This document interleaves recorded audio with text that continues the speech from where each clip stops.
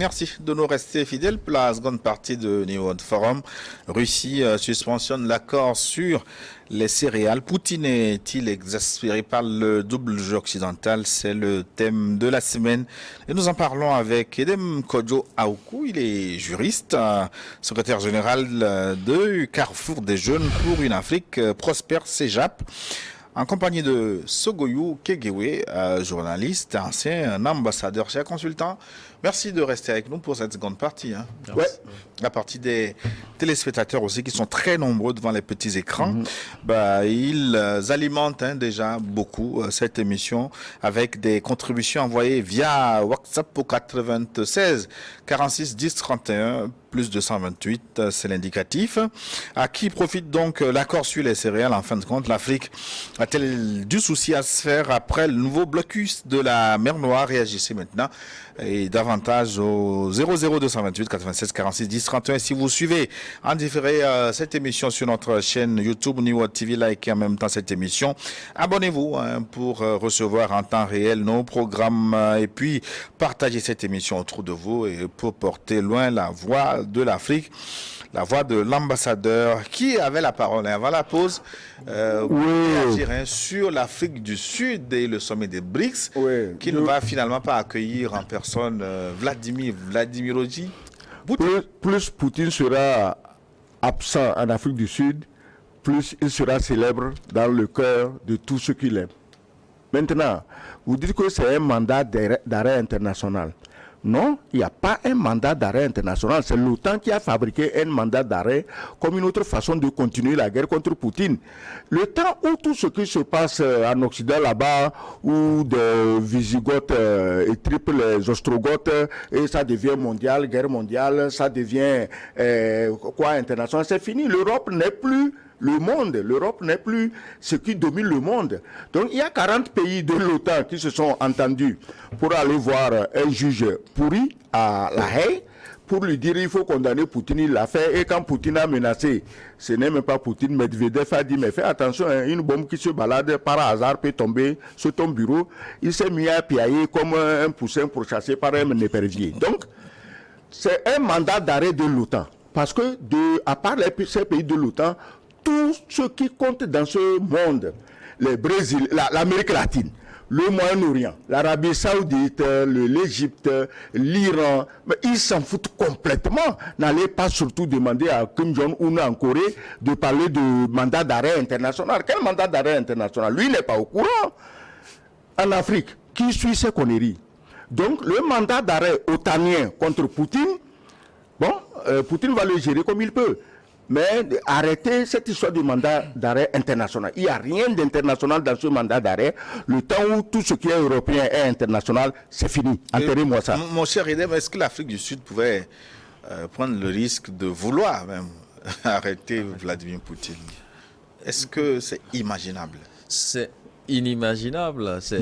Vous savez, il y a des impossibilités, des possibilités impossibles et des probabilités improbables. Et il y a même un précédent, il y a même un précédent en Afrique du Sud. Entre-temps, il y avait eu aussi un mandat d'arrêt pareil où la CPI avait ordonné que l'ex-président soudanais Omar El-Béchir soit arrêté. Mais il est venu en Afrique du Sud et il se pavanait dans les rues, histoire de pouvoir narguer la CPI comme quoi il est arrivé, mais on ne lui a pas mis la... Mais pourquoi on laisse croire que c'est à cause du mandat d'arrêt international que Vladimir Poutine a décidé de ne pas aller... Personnellement, je pense que il se peut que ce soit à cause du mandat d'arrêt international, sauf que Vladimir Poutine n'a pas voulu embarrasser le président sud-africain, parce qu'il se retrouve en quelque sorte devant un dilemme. S'il accepte que Poutine participe au sommet des BRICS en présentiel, il va égratigner ses partenaires occidentaux, notamment les États-Unis, qui constituent le deuxième partenaire économique de l'Afrique du Sud. Et comme on les connaît, quand on ne suit pas exactement ce qu'ils nous disent, il y aura des sanctions qui vont venir après. Et l'Afrique du Sud est un État... Les États-Unis n'ont pas ratifié, même pas signé l'accord le traité de la Rome, CPI. Mais ils ont utilisé en quelque sorte la CPI comme une arme pour pouvoir faire peur aux petits États, comme quoi si vous soutenez la Russie dans son invasion de l'Ukraine, on peut utiliser tous les moyens qu'il faut. Ça peut être des sanctions économiques, mais aussi des sanctions judiciaires contre vous, parce que la CPI est là à notre solde et on peut l'utiliser à tout moment. Mais en ce qui concerne l'Afrique du Sud, Poutine a véritablement eu l'intention de ne pas embarrasser Cyril Ramaphosa en ne venant pas à ce sommet. En venant, cela pourrait véritablement embarrasser les partenaires de l'Afrique du Sud. Est-ce que vous pensez? Mais attendez, c'est toujours la même farce, non? Est-ce que Poutine a fait quoi? Poutine a fait quoi et la CPI doit s'intéresser à lui? L'Europe de tout temps a hébergé les dictateurs les plus féroces. Je ne parle même pas de Hitler. Même si aujourd'hui il est devenu tellement aimable que tout le monde soutient les nazis. Hein? Mais quand vous prenez les gens comme Franco en Espagne, Salazar à une chose, et même De Gaulle, c'était un dictateur. Pourquoi on ne les diabolise pas? Pourquoi c'est seulement les dictateurs noirs qu'on diabolise? Aujourd'hui, la tombe de Franco fait l'objet d'un culte insensé en Espagne. Informez-vous. Donc, ces histoires de dictature-là, moi, je n'ai pas vu de dictateur. Le seul dictateur, peut-être, c'était Hitler. Ils l'ont diabolisé, mais aujourd'hui, ils sont tous pro-Hitler. Donc, on soutient les nazis. D'accord, le seul qui lutte encore contre Hitler, c'est Poutine. Et c'est lui qu'on veut diaboliser comme on avait diabolisé Hitler. Donc moi je crois qu'il faut arrêter tout ça là. C'est pourquoi je dis, c'est un coup tordu de l'OTAN contre Poutine. Et comme Poutine n'a pas le temps pour les écouter, comme tu l'as dit, il ne veut pas aller embarrasser le pauvre Ramaphosa, qui est plus ou moins pro-occidental. Après tout ce que les Occidentaux l'ont fait endurer avec l'apartheid durant 3, 4, 5 générations. Bon d'accord, c'est son choix, il est libre. L'Afrique du Sud, c'est un grand pays. Maintenant, Poutine, il ne va pas. Mais s'il ne va pas, c'est comme s'il était là-bas avec les moyens techniques modernes. Et j'ai dit que plus il est absent, plus il s'imposera à ce sommet. Tu vas voir que tout le monde va courir derrière Lavrov. Et puis de toute façon, fin juillet, il y aura le sommet Russie-Afrique. Donc toutes les discussions auront lieu. Oui, Russie et Afrique sur lequel les Occidentaux, à leurs habitudes, ont commencé toute une chose de menaces, de chantage. C'est quoi ces pays qui, pour toute relation diplomatique, utilisent menaces et chantage? Et quand nous on parle ici, on dit non, tu es diplomate, il ne faut pas parler comme ça. Mais ceux qui utilisent le chantage et la menace contre des pays entiers, parce qu'ils ne sont pas de leur opinion, qu'est-ce qu'on leur dit? Mais tout le monde ira à Saint-Pétersbourg. Parce que s'il y a un pays africain qui n'y va pas, eh ben, ça veut dire qu'il n'a pas tenu compte de l'opinion de sa population. Voilà. Les téléspectateurs sont très nombreux à vous suivre. Ils réagissent maintenant à la messe du dimanche. Je voudrais commencer par le Luxembourg où se trouve la malienne Assitane Fofana Koulibaly. Bonjour mon frère et salut mon papa. Le deuxième invité, il s'appelle Edem Aoukou. Je suis très contente de vous suivre. Je suis très contente de cette suspension de l'accord. Cette guerre est une occasion pour l'Afrique de prendre sa responsabilité et de se faire respecter. On a beaucoup de terres cultivables. Bon dimanche à vous, Madame Koulibaly Assitane Fofana, une malienne depuis Luxembourg. Il me semble que l'ambassadeur avait dit un truc pareil. Oui, j'avais dit que c'est une bonne opportunité. La Russie est devenue productrice et exportatrice de blé parce qu'en 2014, les Européens l'avaient privé de leur blé. Voilà. Nous aussi, si aujourd'hui, si c'était vrai, ce qui est d'ailleurs faux, si aujourd'hui on nous prive du blé ukrainien, c'est une raison supplémentaire pour qu'on se mette à produire notre blé, notre maïs, notre manioc, notre mil, nos ignames. On a tout ça là. Je ne sais même pas pourquoi on importe ces conneries qu'on impose à nos populations. On dit souvent de façon vulgaire qu'à quelque part, malheur est bon. Et c'est ce que la Russie a su faire en 2014. Et on doit tirer leçon de cet exemple-là. C'est grâce aux sanctions qui ont été imposées à ce pays en 2014 que la Russie a énormément investi dans l'agriculture, de sorte à ce qu'elle est devenue aujourd'hui très très indépendante du reste du monde en matière céréalière. Donc c'est la même chose que l'Afrique aussi doit faire en investissant. Nous avons encore tellement de terres cultivables, on n'a qu'à investir et on sera également totalement... Forcément dans le blé, parce que moi j'ai envie de faire même une émission, le blé est-il indispensable à l'Afrique? Ça, il faut qu'on en débatte. Le blé, il n'est pas indispensable. 2, il peut être produit en Afrique. Bon. Même au Togo, vous pouvez produire le blé. C'est la paresse et le fait d'avoir été anesthésié par certains comportements occidentaux. On nous a dit que le blé ne pousse pas. Il pousse parfaitement bien. En partant d'ici, tu peux mettre quelques grains de blé dans ton jardin. Ça poussera, ça donnera des épis. Mais on a mis dans la tête de nos ingénieurs agronomes depuis l'école primaire que le blé, ça ne pousse pas en Afrique. Et on continue. Aujourd'hui, avec le développement des nouvelles technologies appliquées à l'agriculture, il y a tellement de progrès qu'on peut faire. On n'a plus forcément besoin de cultiver. On vous aide à produire le café et cacao. Pourquoi on ne vous aide pas à produire le blé? Il faut réfléchir. Ben, vous oubliez le soja. Voilà. Justement. Avec beaucoup d'interrogations. Bonjour et salutations à nos invités. C'est Richard Tagwa depuis Kara. Je vous félicite pour la qualité des thèmes. Chaque dimanche, vous y encourage, surtout la qualité d'analyse des invités. Merci beaucoup, mon cher Richard. Ce thème suscite encore le débat sur le développement agricole en Afrique et interpelle davantage nos dirigeants à repenser la politique agricole dans nos pays respectifs. Il est donc temps de nous ressaisir en volant après 60 ans spliés vers l'Europe. Le blé et ses produits dérivés peut être obtenus à partir du soja, maïs, sorgho, etc., à partir desquels le pain pourra être fabriqué. C'est la position de Richard Tagba, ce que nous avons quelque peu dit déjà au cours de cette émission. Bonjour le plateau de Niwo TV, c'est Jato Bilal ou Frédéric depuis Palimé. Une question me taraude toujours la tête et même l'esprit, on peut ajouter.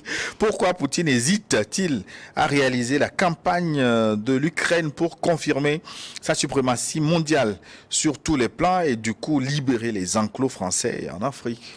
Non, Poutine n'est pas un assassin de masse qui peut noyer un pays sous un tapis de bombes, comme les autres l'ont fait. Poutine ne veut pas le faire. Poutine sait que les Ukrainiens sont des Slaves. Il sait que c'est ses frères et ses sœurs.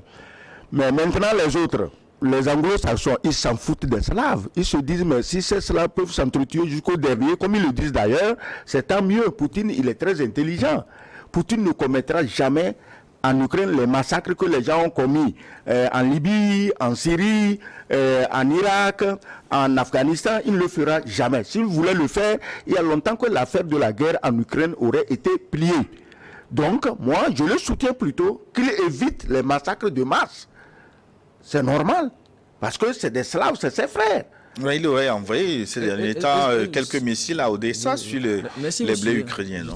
Si vous suivez très bien, Poutine n'a pas de problème avec les Ukrainiens. Voilà. Mais il a un problème avec le pouvoir ukrainien, principalement Volodymyr Zelensky, qu'il considère comme étant un pantin de l'Occident, justement, dans cette guerre par procuration. Donc le problème, ce n'est pas entre Russes et Ukrainiens, mais c'est plutôt entre Poutine ou bien entre la Russie et les ennemis qui se cachent derrière. Qui représentent l'Occident. Oui. Voilà. Simlewa Issa est de retour aujourd'hui. Nous sommes très heureux de vous retrouver. Simlewa Issa qui nous écrit de Kara Wangelo à l'entrée de la ville. Bonjour Niwo, heureux de vous retrouver. Nous en sommes heureux aussi. Les Occidentaux ont montré aux yeux du monde leur mauvaise foi. Ils sont malhonnêtes, carrément, selon Simlewa Issa. Comment se fait-il que la Russie remplit sa part de contrat alors que les Occidentaux ne font pas de même? En plus, le blé en question, quelle quantité est arrivée en Afrique? C'est très négligeable. Sans le blé ukrainien, l'Afrique vivra. Je voudrais même que la Russie assèche complètement le blé ukrainien. D'ailleurs, on en est en pleine période agricole. On s'en fout. L'Union africaine est malade de ses dirigeants d'ailleurs. Celui qui la dirige, on sait ce qu'il est. Ce n'est qu'une marionnette. Simlewa Issa Awangelo Kara, sans langue de bois. Merci pour votre participation, cher ami, depuis Kara Awangelo. Benjamin nous a écrit aussi. Bonjour, Benjamin depuis Sagbado à Dizogomé. Au Togo, j'aimerais savoir si c'est possible que la CPI arrête Poutine en sa présence au sommet des BRICS.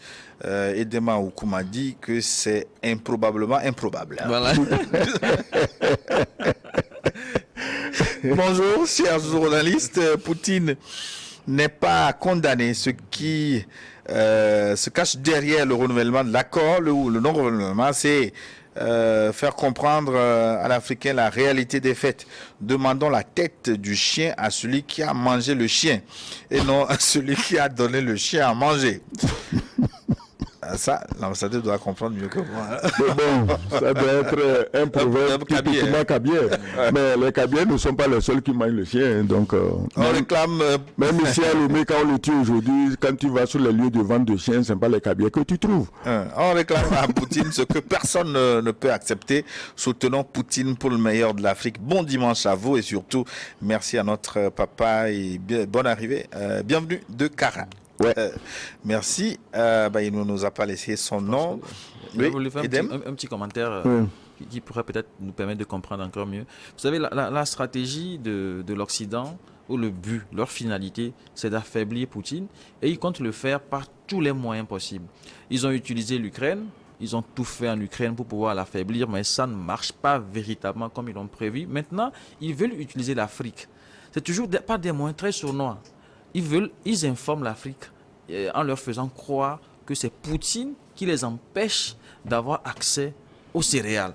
Donc vous devez en réalité vous retourner contre lui. Voilà pourquoi ils le font en quelque sorte à la veille du sommet Russie-Afrique. Donc si plein de pays africains sont frustrés par le fait que Vladimir Poutine ait refusé de renouveler le contrat, je rappelle que Poutine n'a pas mis fin au contrat, mais il a refusé de renouveler. Le contrat était terminé le 17 juillet. Voilà. Mais il a refusé de le renouveler. Il n'a pas mis fin au contrat. Il a respecté le contrat jusqu'à terme. Et lorsque le contrat est à terme, les deux parties s'entendent pour voir s'ils vont le renouveler. Donc si les conditions ne sont pas réunies, le contrat ne sera pas renouvelé. Et c'est ce qui s'est passé. Les engagements n'ont pas été respectés par une partie et donc l'autre partie a décidé de ne pas renouveler l'accord. Et c'est ce qui s'est passé. On parle très peu des conditions russes sur les médias occidentaux.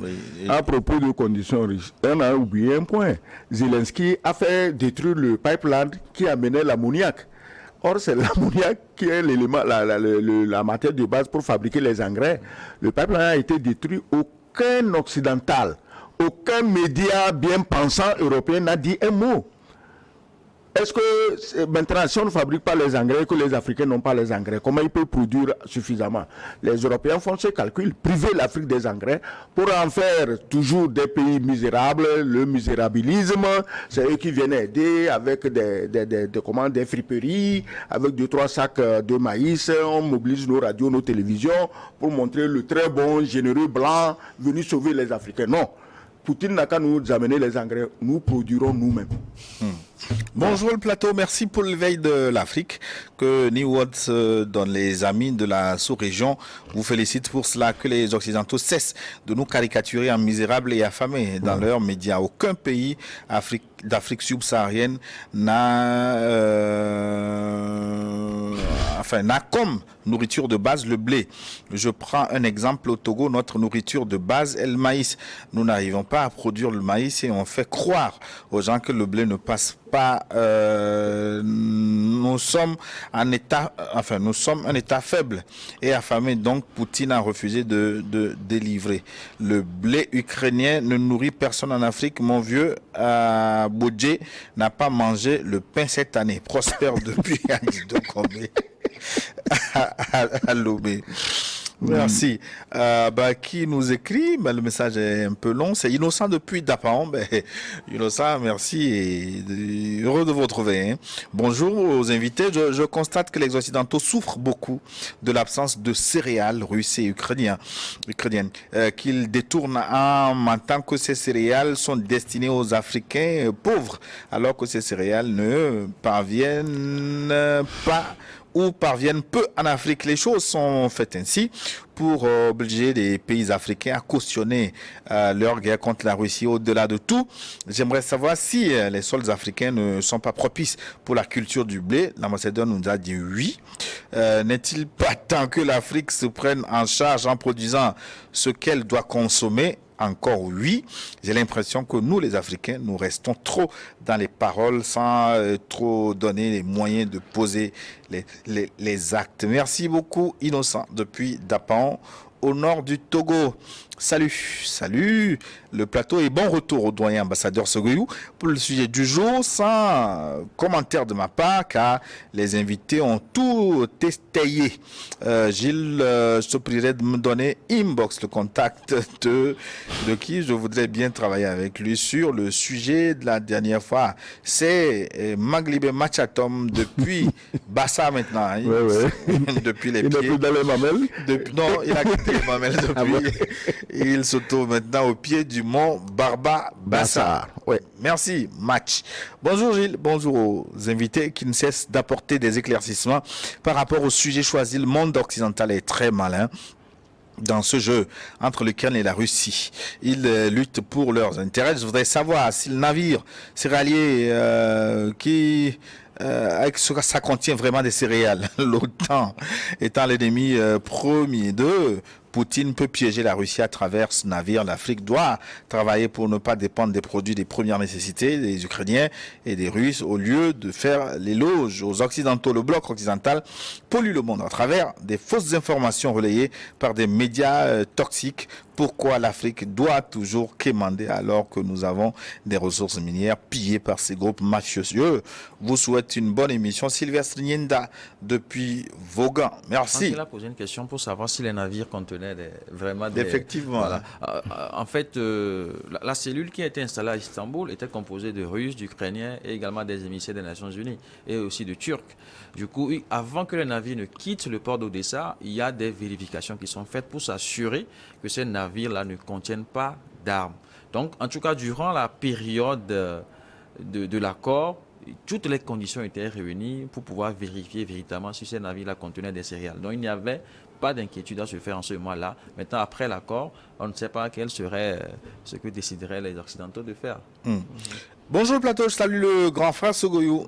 C'est une propagande pour les pays occidentaux lorsqu'ils se plaignent des pays africains de souffrir de céréales russes et ukrainiennes. Au Togo, lors des forages agricoles, certains reportages dans les régions ont montré que les paysans ont des stocks de céréales sous le bras sans déboucher, que le gouvernement togolais commence à collecter ces stocks pour exporter dans les pays africains qui ont besoin de céréales. Ce serait un encouragement pour notre monde paysan et les jeunes. Ça encourager les jeunes à retourner vers la terre. C'est Kofi qui nous a écrit de Kara au Togo. Merci beaucoup Kofi. Bonjour. Pardon. Oui. Mais je crois que ce qu'il a dit est fondé. Il y a des surplus de céréales et actuellement il y a même des surplus de soja, au moins 80 000 tonnes. Nous admirons tous les efforts que le gouvernement togolais fait pour effectivement relancer l'agriculture. Beaucoup de mesures concrètes ont été prises. On n'est plus dans les discours. Mais il faudrait aussi, au bout de la chaîne, se demander les surplus là. Qu'est-ce qu'on en fait pour que les paysans en tirent le maximum de bénéfices et qu'ils soient de plus en plus grands producteurs de céréales. Voilà. Bonjour Néo TV, bonjour. Un gladiateur et son co-débatteur de Marocco, c'est Benjamin depuis les Guacito à Lomé au Togo. Depuis que la guerre a commencé après le blocus du blé au début, moi j'ai commencé par manger le pain de soja. Ce sont les Occidentaux qui souffrent parce qu'il n'y a pas de blé. On dit que les Africains vont souffrir juste que parce que les multinationales installées dans nos pays ne peuvent plus recevoir du blé pour les transformer en farine, pour nous vendre. De cela qu'il s'agit. Les médias propagandistes nous fatiguent les tympans. Combien de pays africains ont comme blé leur aliment de base? Il y a une étude qui démontre clairement la quantité de blé demandée par les Occidentaux, estimée à plus de 40% du blé mondial et à peine 1% demandé par l'Afrique. Ce qui est aussi paradoxal, c'est juste une minorité infime d'Africains dans les pays qui ont le blé comme aliment de base. Le pain, au fond, c'est pas tout le monde qui spelle l'X. Et aujourd'hui, on a plusieurs matières qu'on utilise pour faire le pain. Il y a le manioc, la patate douce, le manioc. Ça fait du pain. Il y a moins de personnes même qui utilisent maintenant le blé parce que tout le monde a compris que ça peut manquer à tout moment. Louis Betchoevi nous écrit depuis la capitale politique du Bénin, Porto Novo. Bonjour et merci beaucoup à vos invités pour leur éclaircissement. Je ne comprends pas pourquoi les Occidentaux diabolisent l'Afrique à cause du blé ukrainien. Soit disant l'Afrique va mourir de faim, il faut sauver l'Afrique. Mais combien de pays africains qui se nourrissent de ce fameux blé ukrainien En tout cas, chez moi, c'est la pâte du maïs, du manioc et du mil que je consomme le plus. N'oubliez pas que c'est Vladimir Poutine qui a ouvert les yeux aux Africains et nous devons garder cet œil grandement ouvert pour penser à nos problèmes. Sur tous les plans, l'Afrique doit arrêter d'être le béni oui-oui de l'Occident. Merci et bon dimanche à vous tous. C'est Louis Betchoevi depuis la capitale politique du Bénin, Porto Novo. Pardon, un mot. Ambassadeur? Oui, un mot. Ben, écoutez, pour revenir au blé ukrainien, est-ce que vous vous rappelez que c'est des chefs d'État africains qui ont été dépêchés chez Poutine pour le convaincre justement de signer cet accord pour la sortie du blé ukrainien? Macky Sall qui était devant aller demander aux Sénégalais combien de navires pleins de blé ont accosté au port de Dakar. Apparemment, si vous en trouvez, peut-être c'est un ou deux. Je me demande même s'il y en a un seul. Donc, c'est tout le monde, les chefs d'État africains même savent que c'est une chaîne de mensonges, de manipulation et de mépris pour les Russes. On ne peut pas les aider à mépriser les Russes. On ne peut pas les aider à diaboliser Poutine. Poutine est clair. J'ai du blé pour les Africains, j'ai de l'engrais pour les Africains. Qui d'entre eux, ces Occidentaux, peut dire la même chose? Qu'ils le disent, on le suivra.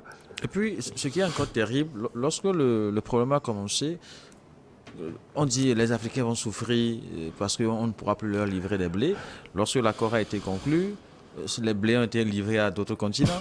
Maintenant, lorsque la suspension de l'accord a eu lieu récemment, ils ont encore répété le même discours que les Africains vont souffrir, alors qu'on a déjà vu durant l'accord que c'est plutôt l'Union européenne qui en a profité. Aujourd'hui, je pense que les yeux sont suffisamment ouverts, les Africains ne sont plus dupes.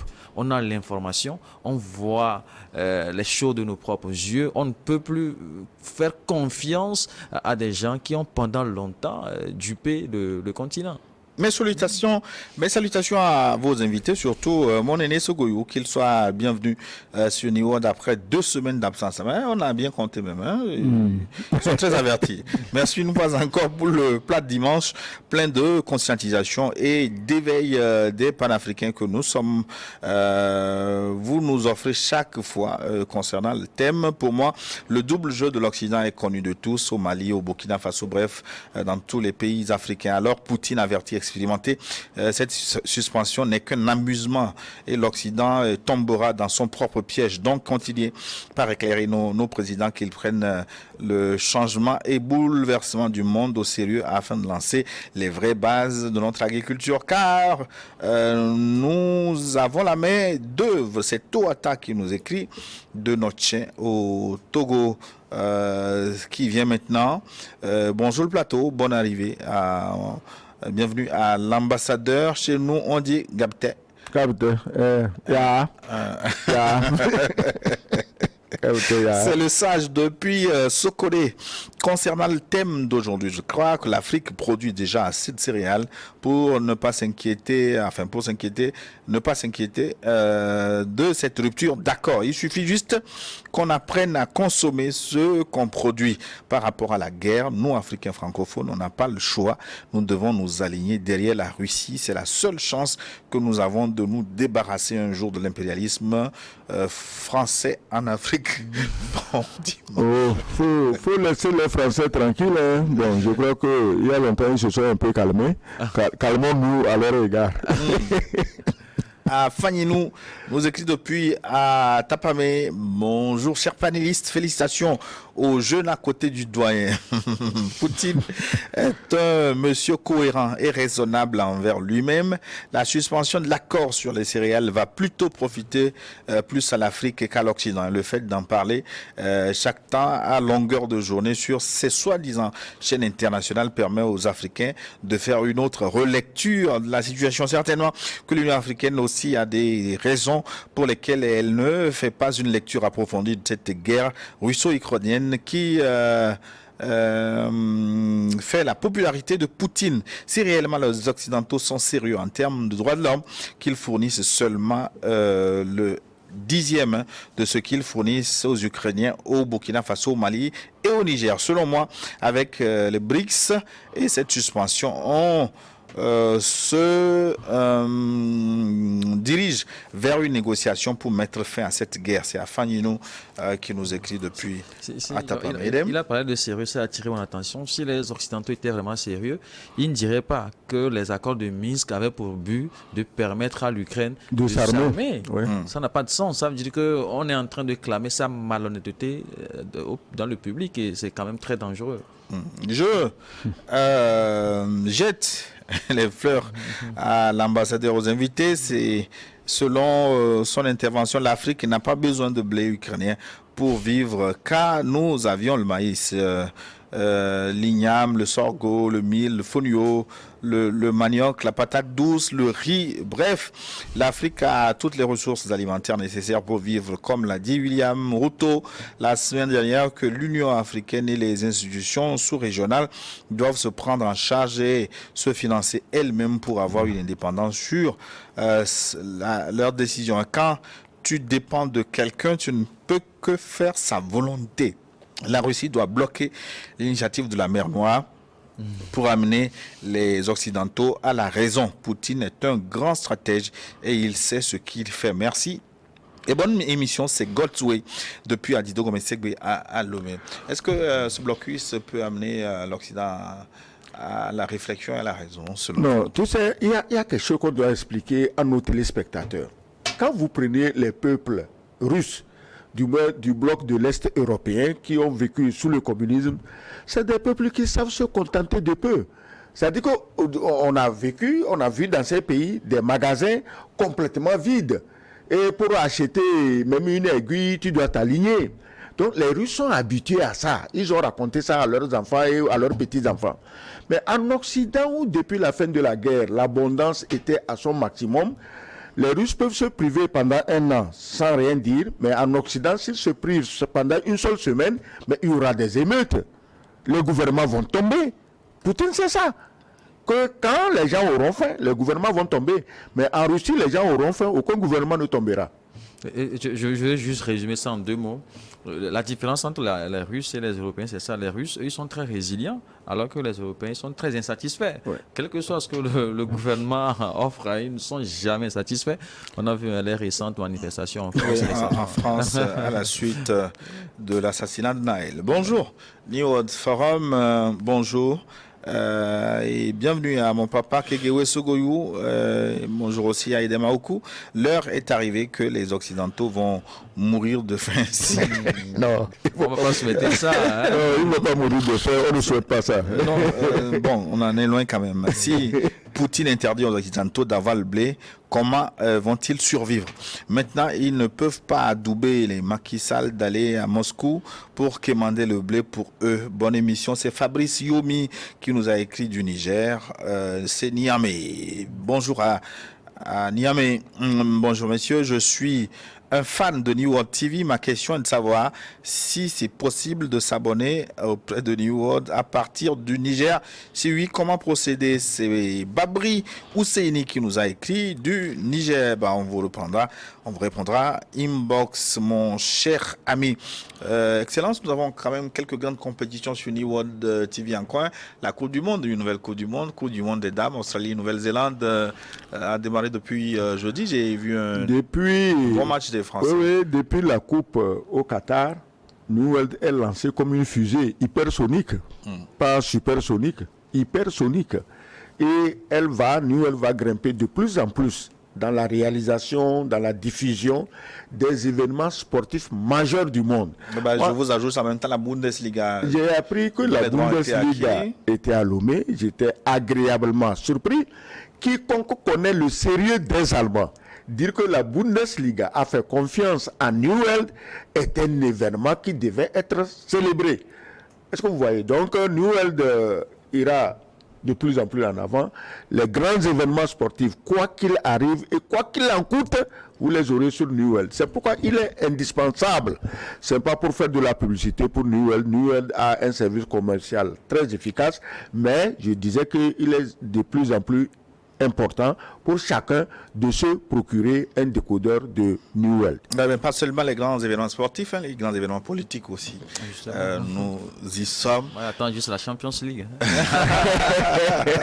Nous sommes tardés. Je vous ajoute aussi les jeux de la francophonie en attendant la Champions League à partir du 28. Oui. Vous avez pendant une semaine le plus grand événement francophone qui allie sport et culture avec des athlètes togolais, des athlètes francophones et africains que vous pouvez suivre durant cette compétition. Je voudrais saluer maintenant Bel Bossou qui nous écrit de Cotonou.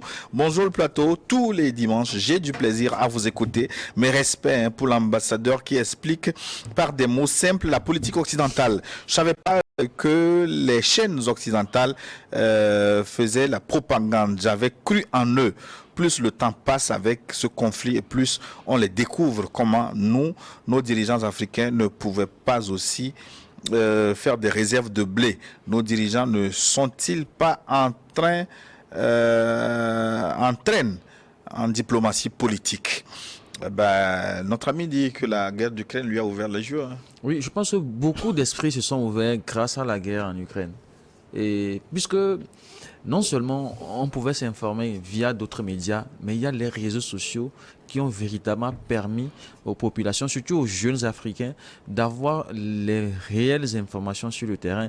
Et comparé à ce qu'on nous sert sur les médias principalement occidentaux, on se rend compte qu'il y a un déphasage total. Et c'est ce qui a permis aux jeunes aujourd'hui de se rendre compte véritablement de l'instrumentalisation dont la jeunesse africaine. Parce qu'il y a des médias qui ont été conçus spécialement pour les Africains. Mais ce sont des médias occidentaux, mais qui ne diffusent qu'en Afrique, dans le but de pouvoir abrutir l'esprit des jeunes Africains. Puisque toutes les informations qu'on diffuse sur ces médias, c'est pour peindre l'Afrique comme étant un continent de misère. Il y a la famine, il y a les guerres, il y a les conflits terroristes, ainsi de suite. Donc ça montre combien véritablement ils ont des intentions... Des gens qui meurent de faim, mais justement. Moi, honnêtement, j'ai rarement vu, enfin, je n'ai presque jamais vu en Afrique, j'ai jamais vu quelqu'un mourir de faim en Afrique. Écoutez, je ne sais pas si vous en avez déjà vu. À propos non, attends, j'arrive. À propos des médias, mais nous tous, on avait cru en les médias occidentaux. C'est eux qui nous ont enseigné que la presse est le quatrième pouvoir. C'est eux qui nous ont enseigné que le premier critère de liberté, c'est la presse. Que la presse doit être... C'est-à-dire que dans leurs écoles de journalisme, on a appris tout ça. Mais on a vu avec la guerre d'Ukraine, mais qu'ils s'en foutent complètement de l'équité, de l'honnêteté, de la transparence. Comment voulez-vous que des pays qui se disent démocratiques, liberté d'expression, liberté machin, ferment les télévisions du pays qu'ils considèrent comme ennemi? Mais en 1940-45, les nazis occupaient la France, mais ils n'ont pas fermé la BBC. C'est ça qui permettait à De Gaulle de passer des messages aux résistants. Les nazis le savaient bien, mais ils n'ont pas fermé. Ça veut dire qu'aujourd'hui, en 2022-2023, il y a des pays européens qui font pire que les nazis. Et ça, on ne dit rien. Si vous dites, on dit non, que vous exagérez. On n'exagère pas. Les nazis auraient pu, ils avaient les moyens techniques de fermer la BBC qu'elle ne diffuse pas sur l'Europe. Ils ne l'ont pas fait. Nous sommes, oui. Alors actuellement, il y a encore des médias occidentaux qui émettent en Russie. Hein. Voilà. Il y en a même qui font des interviews aux Russes, aux dirigeants russes. Alors, nous voici maintenant dans la commune de Banikouara. C'est au Bénin. Au nord Bénin. Oui, beaucoup Machoudou, beaucoup, c'est presque beaucoup, hein, beaucoup. Beaucoup Machoudou. Je remercie infiniment les invités juste pour vous soutenir, mais ça fait plaisir de vous avoir aussi depuis la commune de Banikouara. Nous saluons les amis du coin. Les Béninois, ils sont très nombreux aujourd'hui. J'enchaîne avec Maurice Kofi de Cotonou. Tous les pays africains doivent quitter la Cour pénale internationale. C'est une cour de justice colonisée qui empêche les pays du Sud de se développer. Créons notre propre justice africaine. Maurice Kofi, c'est son vœu depuis Cotonou au Bénin. De toute façon, pour faire une petite précision sur la CPI n'est pas compétente pour connaître de toutes les affaires. Hein. C'est seulement les crimes de guerre, les crimes de génocide, les crimes contre l'humanité, les crimes de torture. Donc quand il y a une affaire qui n'est pas liée à ce genre de crime, la CPI n'est pas compétente. Dans ce cas, qui a jugé les gens qui ont commis des crimes en Irak à partir d'une fiole qui contiendrait des armes de destruction massive? Qui les a jugés? Où est la CPI? Personne. La CPI avait ouvert une enquête, mais la procureure a des problèmes avec moi. Un mensonge de destruction massive. Oui, c'est vraiment un mensonge de destruction massive. Partons maintenant pour le Burkina. Non, c'est le Burkina, non, c'est Bassa avec un numéro burkinabé. Salut le plateau, je voudrais savoir pourquoi les droits de l'homme ne parlent pas si ce sont les terroristes qui sont tués. Et la Cour pénale internationale, lui, ne dit rien. C'est Doji qui nous écrit de Bassa. Il ne comprend pas qu'on ne parle pas si les terroristes sont tués. Non, il dit pourquoi on n'évoque pas les droits de l'homme quand les terroristes se tuent.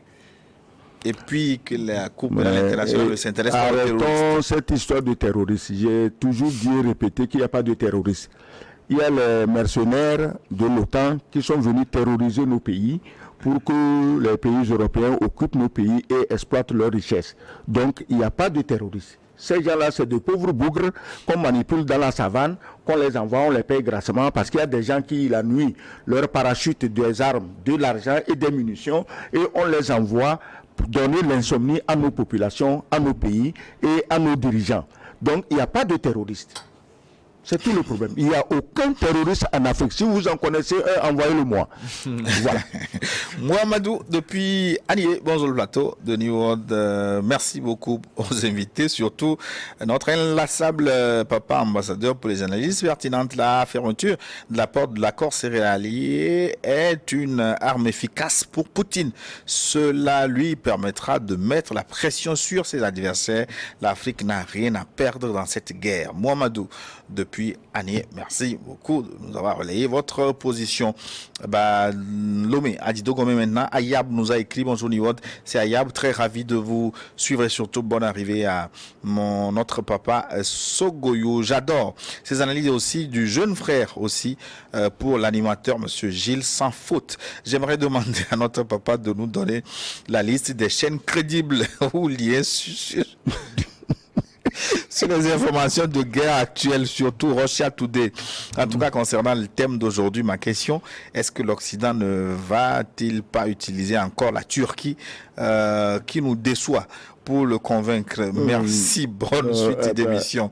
C'est Ayab, Adido Gomilo. Oui, la Turquie, à propos, on n'en a pas parlé. La Turquie, vous savez, vous ne serez peut-être pas d'accord, mais moi j'aime Erdogan, parce que c'est le gars là qui, quand il s'agit des intérêts de la Turquie, de son pays, il ne s'embarrasse pas de scrupules. C'est comme ça que le chef d'État devait être.